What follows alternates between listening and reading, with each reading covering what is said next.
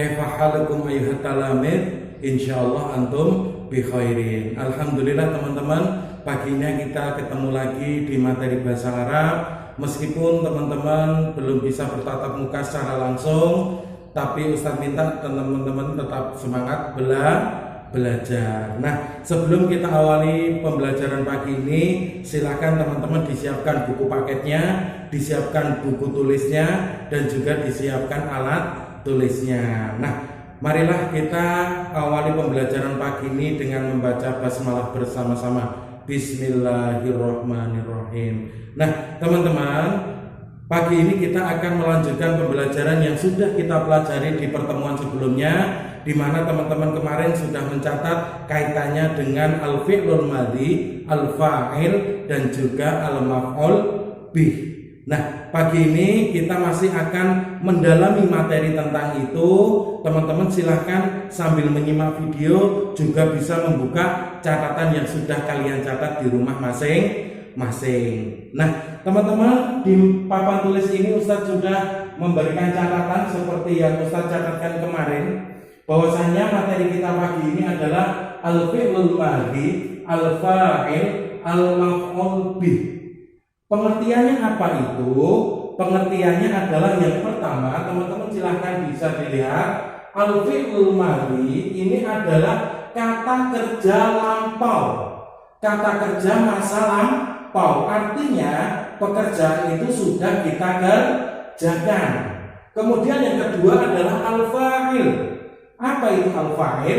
Al-fa'il adalah pelaku perbuatan. Orang yang melakukan perbuatan itu disebut al-fa'il. Kemudian yang ketiga adalah al-maf'ul bih.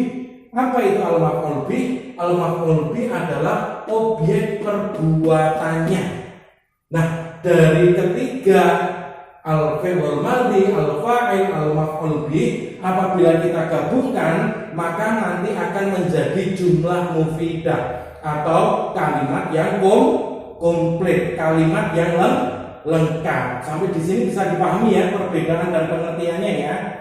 Nah, sekarang kita akan coba masukkan dalam sebuah kalimat. Di sini Ustaz sudah memberikan dua contoh kalimat. Yang pertama adalah akala Ahmadu al-khubza. Ya, akala Ahmadu al-khubza. Artinya Ahmad telah memakan roti. Ya. Kita akan coba rinci kata per kata, kedudukannya sebagai apa. Ya. Yang pertama adalah akala. Akala ini kedudukannya adalah sebagai al-fi'lul madhi, kata kerja lampau. Makanya di sini ditulis Ahmad telah, berarti Ahmad sudah memakan. Ya. Kemudian yang kedua, Ahmad ini kedudukannya adalah sebagai al-fa'il, atau dia selaku pelaku perbuatannya. Yang memakan siapa? Yang memakan adalah Ahmad. Kemudian yang ketiga adalah al-khubza. Al-khubza ini kedudukannya adalah sebagai al-maf'ul bih, atau objek perbuatannya. Ingat, al-maf'ul bih dia harokatnya akan menjadi fathah. Teman-teman ingat ya, maf'ul bih itu harokatnya bisa menjadi fathah. Satu kali lagi, akala ini kedudukannya sebagai al-fi'lul madhi, dia kata kerjanya. Kemudian Ahmad, dia kedudukannya sebagai al-fa'il, atau dia selaku pelaku perbuatannya. Dan yang ketiga adalah al-maf'ul bih. Al-khubza ini kedudukannya sebagai al-maf'ul bih atau objek perbuatannya. Al-maf'ul bih harokatnya menjadi fathah. Sampai di sini bisa dipahami teman-teman ya. Lanjut di soal contoh yang kedua. Di sini Ustaz menuliskan syaribtul qahwata. Syaribtul qahwata. Artinya saya telah meminum kopi. Ya. Kita rinci kata per kata, kedudukannya sebagai apa? Syaribtu. Di sini ada syariba, ada imbuhan tak berharokat dhammah. Nah, di sini syariba ini dia selaku al-fi'lul madhi, kata kerjanya. Kemudian fa'ilnya atau pelakunya yang mana? Tu. Nah, tu ini kedudukannya adalah dia sebagai dhamir muttasil. Apa itu dhamir muttasil? Nanti kita bahas setelah ini. Gitu teman-teman ya. Kemudian yang ketiga adalah al-qahwata. Dia kedudukannya sebagai al-maf'ul bih. Objek perbuatannya adalah al-qahwata, dan ingat harokatnya menjadi fathah. Jadi di contoh yang kedua ini kedudukan fa'il atau fa'ilnya itu dia bergabung atau bersambung dengan fi'lul madhinya, yaitu tu, artinya saya. Dia disebut sebagai dhamir muttasil. Nah, nanti di contoh yang kedua ini nanti akan kita bahas apa itu macam-macam dhamir muttasil. Sekarang teman-teman bisa dilihat di bagian yang ada di samping ini. Di sini Ustaz sudah memberikan contoh-contoh dhamir muttasil. Dhamir muttasil itu adalah kata ganti milik. Milikku, milik kamu, miliknya, dan lain sebagainya. Di sini ada 5 bagian dari dhamir muttasil. Sebenarnya masih banyak, tetapi karena 5 ini yang sering kita gunakan, maka 5 ini dulu yang kita pelajari pagi ini. Ada ana, artinya saya.